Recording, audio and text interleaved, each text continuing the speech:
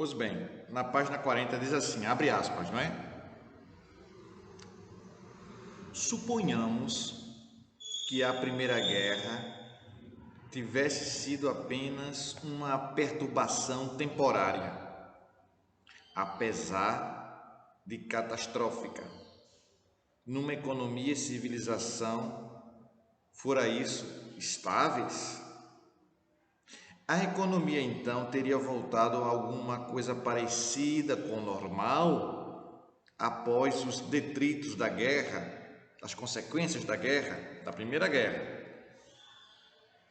E daí, seguido em frente, mais ou menos como quando o Japão sepultou os 300 mil mortos do terremoto de 1923.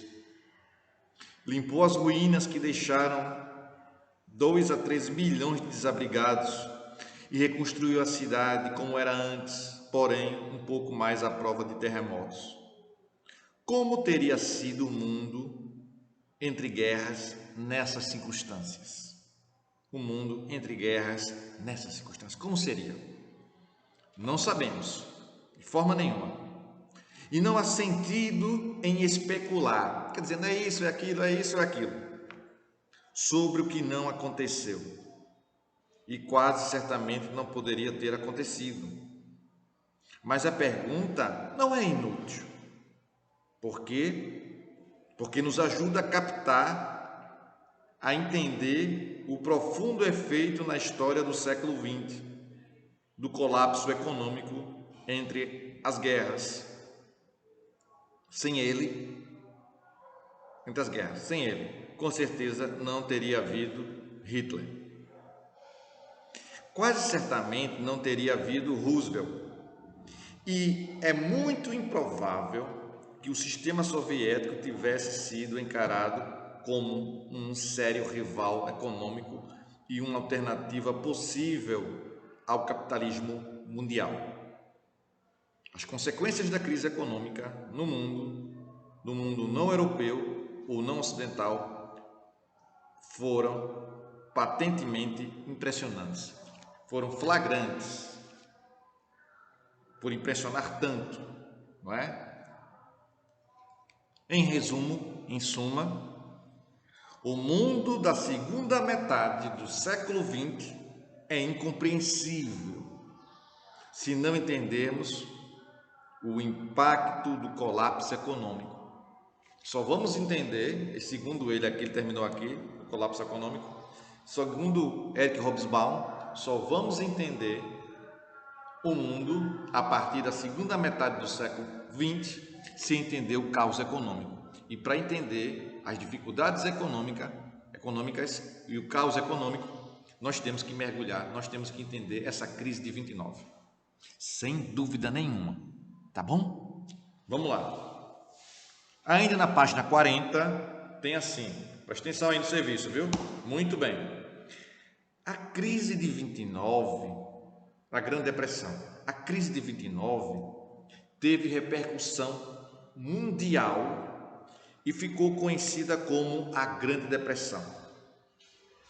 De forma geral, embora os países buscassem investir mais na indústria de armamentos no fim do século XIX, as intenções eram dinamizar a economia e fortalecer cada vez mais a industrialização.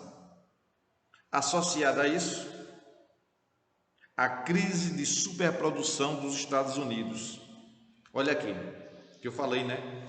A superprodução dos Estados Unidos, que na prática se produziu mais do que se comprou.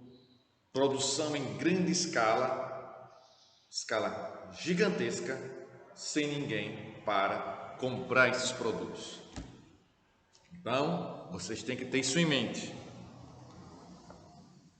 E na prática se produziu mais do que se comprou. Estimulou a depressão econômica. Depressão significa uma coisa depreciada, ruim, não é? Mas que tem solução. A gente vai vivenciar essa solução daqui a pouco nas questões econômicas, já já. Se der tempo hoje, não é? Nas próximas aulas acredito que sim. Porque aqui nós vamos conhecer quais são as razões, os motivos econômicos para a crise, para a quebra da Bolsa de Valores. Por quê? Porque entendendo essa crise do ponto de vista econômico, a gente vai entender como a economia de um país, de uma região, vai afetar outros países. No capitalismo acontece isso. Acontecendo uma coisa ruim, crítica em um país, tem-se então o chamado efeito dominó. Quer dizer que uma crise que acontece nos Estados Unidos pode influenciar o Brasil? Muito. O capitalismo é assim. A economia está globalizada, está junta, todo mundo junto. O que acontece com um de ruim vai alcançar os outros países, o chamado efeito dominó. Quando uma pedra cai, você dá aquele empurrãozinho lá, caiu, os outros países também vão cair, como se cada país fosse uma pedrinha de dominó. Você empurra um, consequentemente os outros que estão naquela fileira vão cair. É dessa maneira que se comporta o mercado capitalista, não é? Vamos entender aqui. Então, professor, o senhor vai dar aula de economia para a gente? Não, não é isso. Mas o fato econômico está ligado ao fato histórico para você entender, meu querido, minha querida. Me ajude, por favor. Beleza, então? Vamos prosseguir aqui. De 20 a 29, a aparência, somente aparência, viu? Estabilidade econômica foi se constituindo numa grave crise, que estourou no episódio conhecido como Crash da Bolsa de Nova York. A compra de grandes quantidades de ações de empresas, que culminou com a chamada Quinta-feira Negra em 24 de outubro de 1929, quando houve a maior queda da Bolsa de Valores. Tá bom? Vamos prosseguir? Muito bem. Indo para a página 41, a produção industrial se destinou, o foco aí, para armamentos, o que levou essas nações a comprar bens de consumo direto, das que não estavam ou ainda não haviam entrado no conflito, como os Estados Unidos. Ou seja, comprou produtos de um país que não entrou no conflito direto, de forma direta, na Primeira Guerra. É isso que eu estou mencionando, tá bom? Os Estados Unidos não vai entrar diretamente na Primeira Guerra, vai entrar no final, mas não de forma enfática, com muita força, com deslocamento do seu exército, de aeronaves, de navios. Não, até porque a aeronave não tinha ainda, não é? A aeronave vai surgir no final da década de 40 e início de 50, como sendo as aeronaves assim de grande porte. A brasileira aeronáutica surgiu na década de 40 e 50. A Força Aérea Norte-Americana surgiu um pouquinho antes, é bem verdade, não é? Ressaltando isso aí. Na década de 30 já tinha os aviões norte-americanos de grande porte, já tinha, não é? Na Alemanha também. Então vamos lá.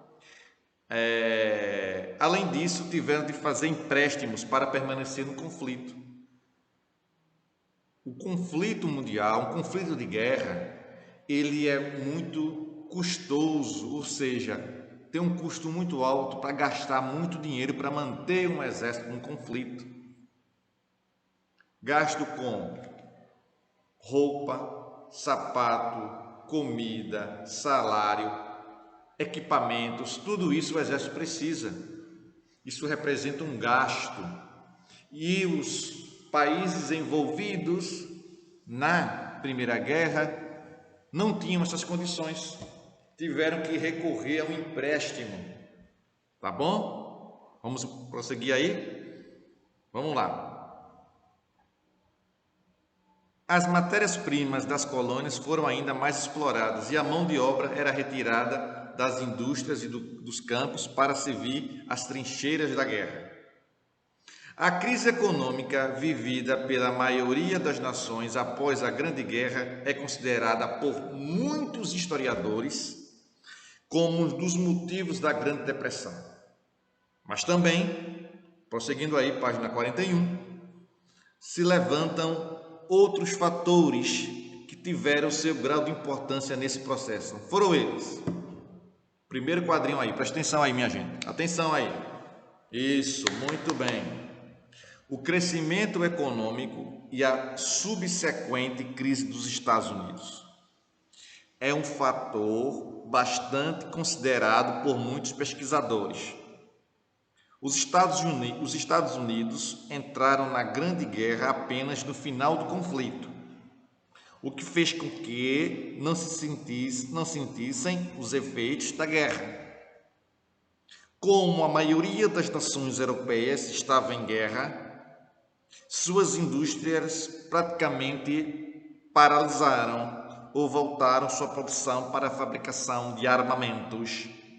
Os Estados Unidos passaram então a exportar bens de consumo, principalmente alimentos. Exportando significa isso, tem que saber disso, viu?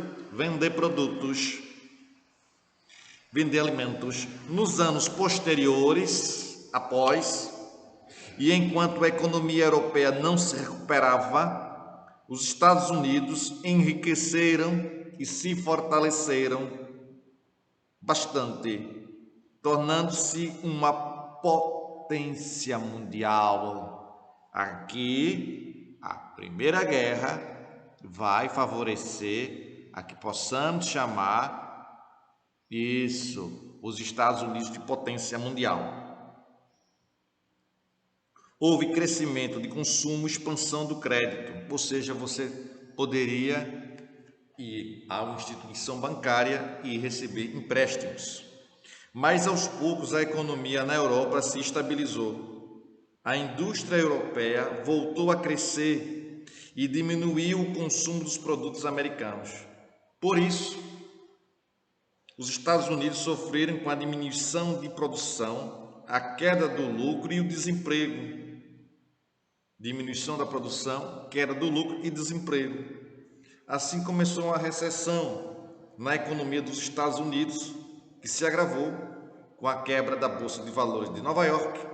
Logo, essa crise atingiu níveis mundiais, tendo durado até o fim da Segunda Guerra Mundial. Tá bom? Um outro item aí na página 41. A quebra da Bolsa de Valores de Nova York é considerada outro motivo para a Grande Depressão Mundial. Para muitos historiadores, os Estados Unidos passaram a se endividar bastante com a diminuição da produção e o pouco consumo de seus produtos. Na Europa, não se tinha como comprar produto americano em grande quantidade se os países ainda estavam se recuperando da Primeira Guerra Mundial. Deu para entender? Pronto, é isso. Associado a isso, prosseguindo a leitura da página 41, o consumo interno não acompanhou a produção. As empresas passaram a ser colocadas na bolsa para serem vendidas, mas praticamente não havia compradores. A empresa estava em crise, ia colocar suas ações à venda na bolsa de valores, mas ninguém queria comprar aquela empresa porque ela estava em crise.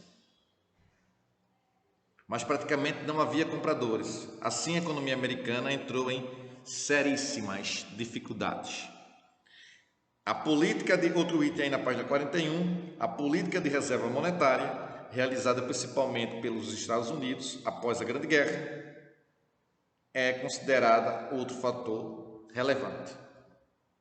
Ela visava conter os índices inflacionários que estavam muito altos, mas na prática essa ação não surtiu efeito e a inflação aumentou ainda mais, retraindo a economia, reduzindo a economia. Ela não estava expansão, estava retraindo e a produção industrial. Bem, meus queridos, eu vou deixar para vocês fazerem duas coisas aqui hoje. A página 42, não é? Todas essas três questões aqui.